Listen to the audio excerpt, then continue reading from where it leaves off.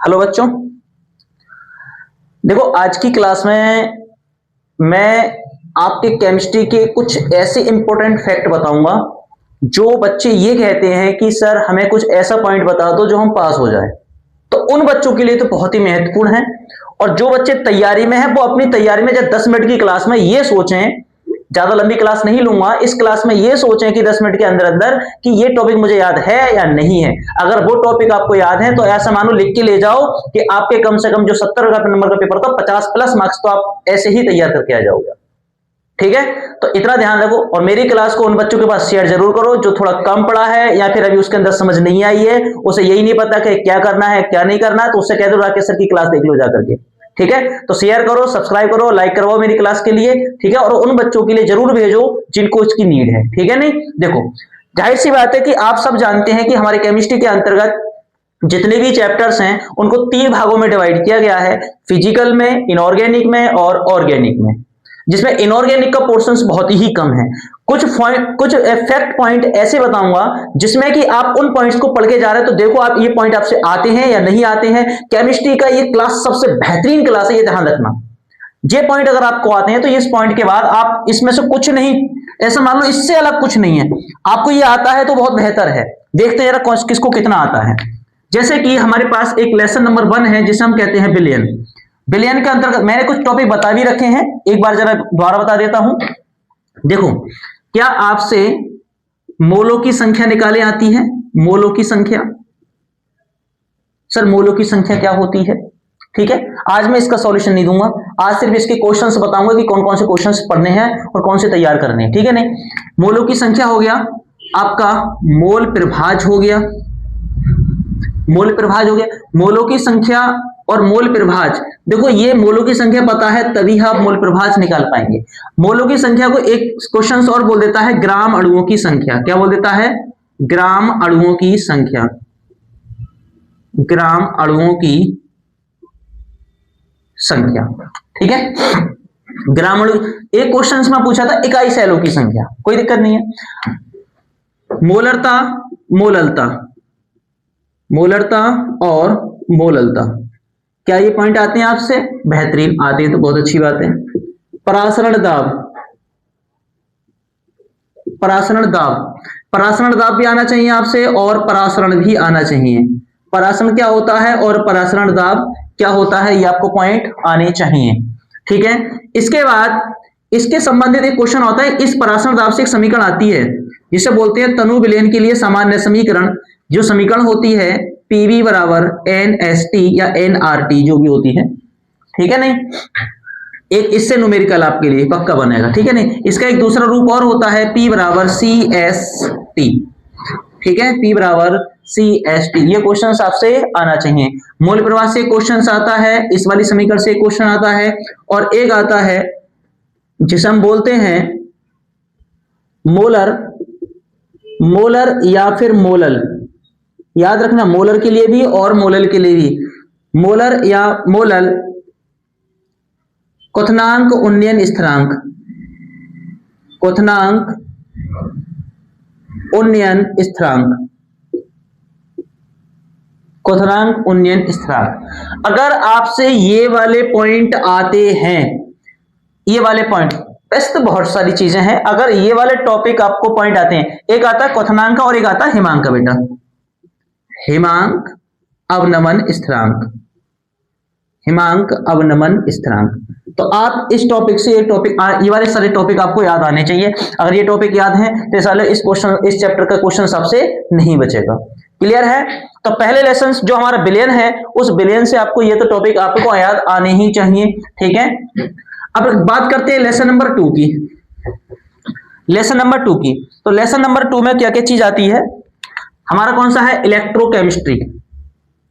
Electrochemistry जिसे हम कह देते हैं वैद्युत रसायन।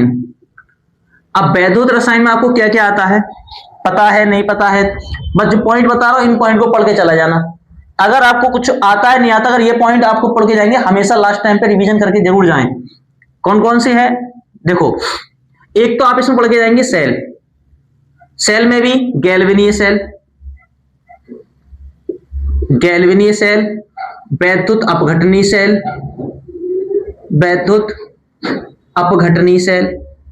तो आपका एक तो हो जाएगा गैल्वनीय सेल और वैद्युत अपघटनीय सेल बता रखे हैं, इसमें कौन कौन से, इनमें अंतर भी बता रखे हैं और ये कौन कौन से सेल होते हैं ये भी बता रखे हैं, ठीक है नहीं। फिर एक आता है इलेक्ट्रोड विभव। इलेक्ट्रोड विभव, इलेक्ट्रोड विभव, एक होता है इलेक्ट्रोड विभव, एक होता है मानक इलेक्ट्रोड विभव। मानक इलेक्ट्रोड विभव, इनके बारे में जिसको हम लिखते हैं इसको ई से और इसको लिखते हैं ई नॉट से। अगर सेल के लिए आ जाता है तो इसको लिखेंगे ई सेल और इसको लिखेंगे ई नॉट सेल। और इस मानक इलेक्ट्रॉन विभव के दोनों में संबंध बताया था किसने, नरनस्ट ने। और नरनस्ट समीकरण जो होती है, नरनस्ट समीकरण जो होती है कौन सी होती है ये खुद देखेंगे, लिख दूं, चलो E equal to E naught minus के 0.0591 अपॉन एन लॉग बेस 10 पर उत्पाद की सांद्रता बटे अभिकारक की सांद्रता, ठीक है। तो आपने शायद इस समीकरण को पढ़ लिया होगा। एक आता है इसमें कोलराउस का नियम।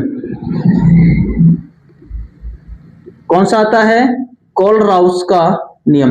हाँ भाई एक महत्वपूर्ण नियम रह गया भाई उसमें मेरी नजरों से, लेसन नंबर 1 में राउल्ट का नियम।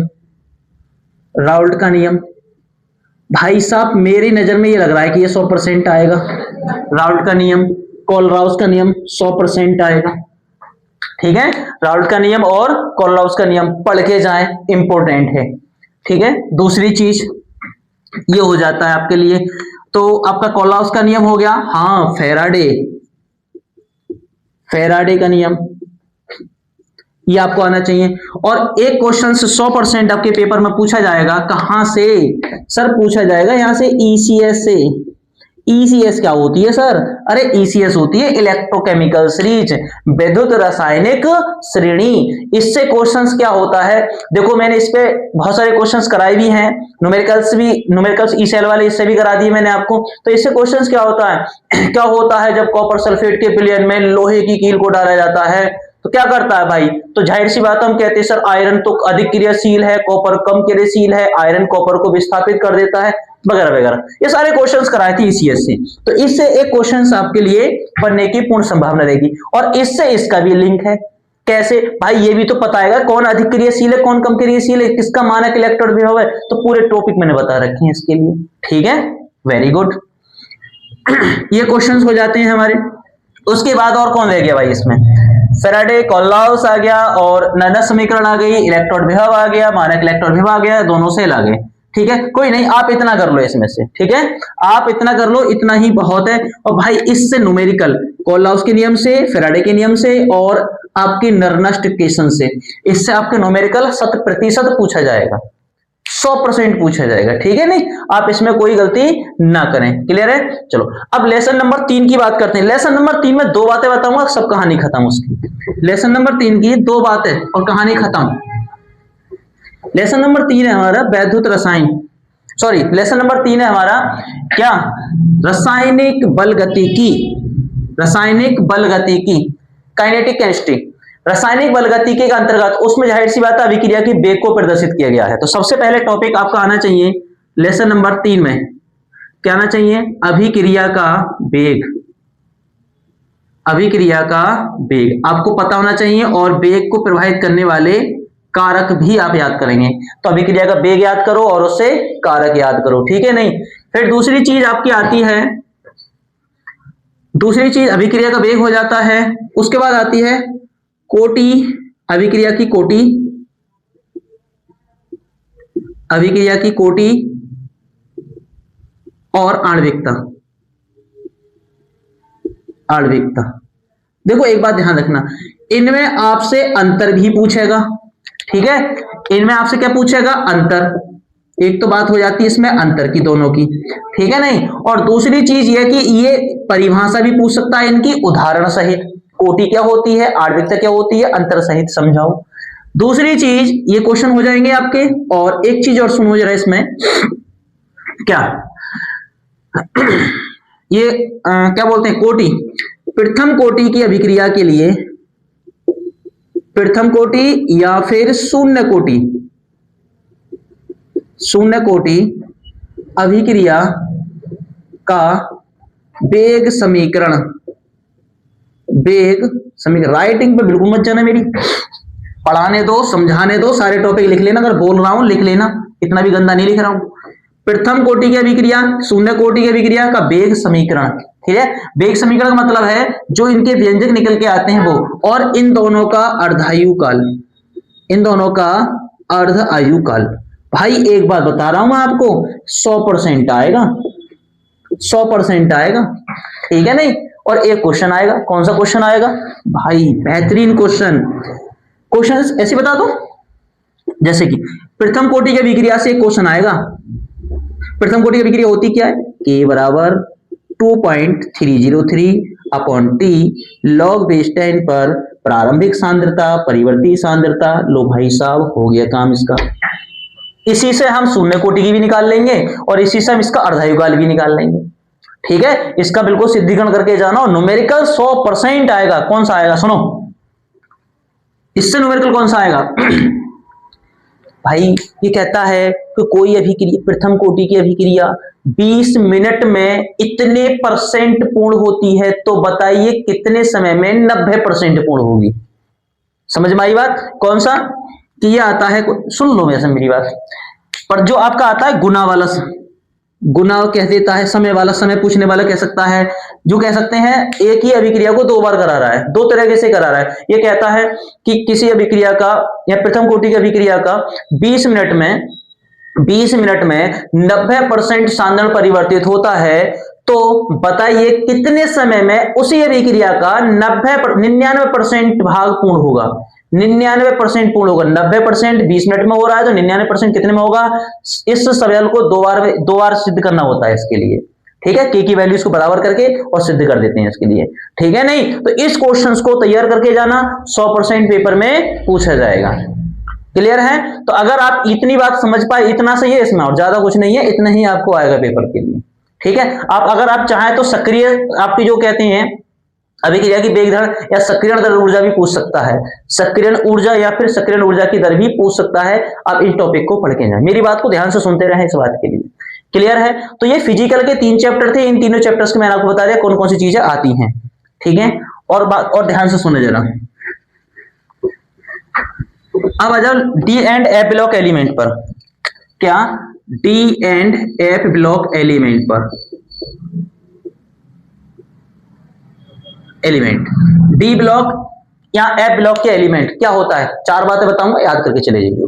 कौन सी बात है, देखो, एक तो भाई एक याद करो डी ब्लॉक एलिमेंट में, आप तो याद कर लो संक्रमण तत्व, संक्रमण तत्व पक्का कर लो भाई, ट्रांजिशन एलिमेंट, ठीक है। डी ब्लॉक और डी ब्लॉक एफ ब्लॉक तत्व के आप याद कर लो इलेक्ट्रॉनिक कॉन्फ़िगरेशन, यानी कह सकते हैं इलेक्ट्रॉनिक विन्यास, इलेक्ट्रॉनिक विन्यास, इलेक्ट्रॉनिक विन्यास और इनके गुण।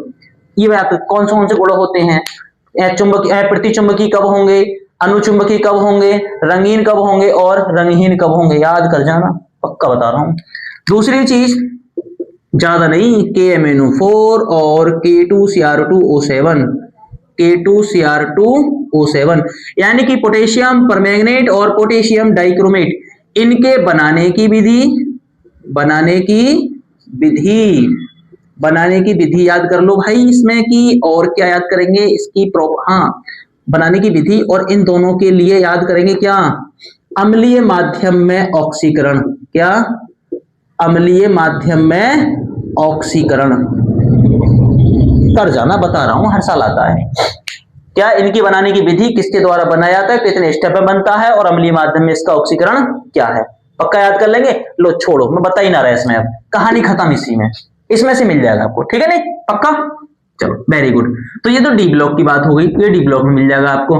अब आ जाओ एफ ब्लॉक में। सर एफ ब्लॉक में कौन कौन से मिलेगा भाई, एफ ब्लॉक में याद कर लेना लेंथेनाइड आकुंचन,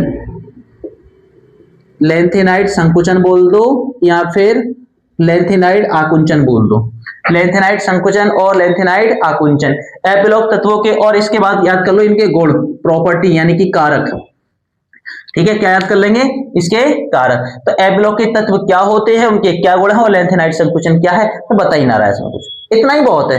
ठीक है, इस चैप्टर में इतना ही पढ़ के जाओ, ज्यादा दिमाग पे प्रेशर मत डालना, बिल्कुल भी प्रेशर मत डालना, ज्यादा बताऊंगा ही नहीं, इतना बताऊंगा। मैंने आपको बोला 50 प्लस तो जो अभी तक ना पढ़ा है वो पढ़ के चला जाएगा, 50 प्लस वो लेके आ जाएगा। इतने ही टॉपिक याद कर लो, जिसको याद है उससे आगे क्यों फिर देख लो। टॉपर बच्चे तो मेरे सर भी कर देंगे भाई, अभी भी ऐसी मौखिक बता रहे होंगे पढ़ रहे क्लास देख करके मेरी तो ये। ठीक है, अब देखो मैं छोटी सी बात करता हूं, ऑर्गेनिक। जब देखो अब तक ये फंडा पढ़ाया था मैंने आपको, एक बार बता देता हूं आपके लिए। जो आपकी फिजिकल होती है ना, फिजिकल फिजिकल फिजिकल होती है आपकी कितने नंबर की सर? 22 नंबर की होती है सर। आपकी इनऑर्गेनिक जो होती है, इनऑर्गेनिक इनऑर्गेनिक सर कितने की होती है? 13 नंबर की होती है सर। ये तो मिला के हमारे 35 नंबर हुए। हाँ सर हो गए सर। अकेली ऑर्गेनिक 35 की आती है भाई, देख लो। और बच्चे कहते हैं ऑर्गेनिक से डर लगता, और मैंने ऑर्गेनिक ऐसे कराई है, डर का तो मतलब ही ना बनता। 4 पॉइंट बताऊंगा, याद करके चले जाइए। क्या? सुने ध्यान से।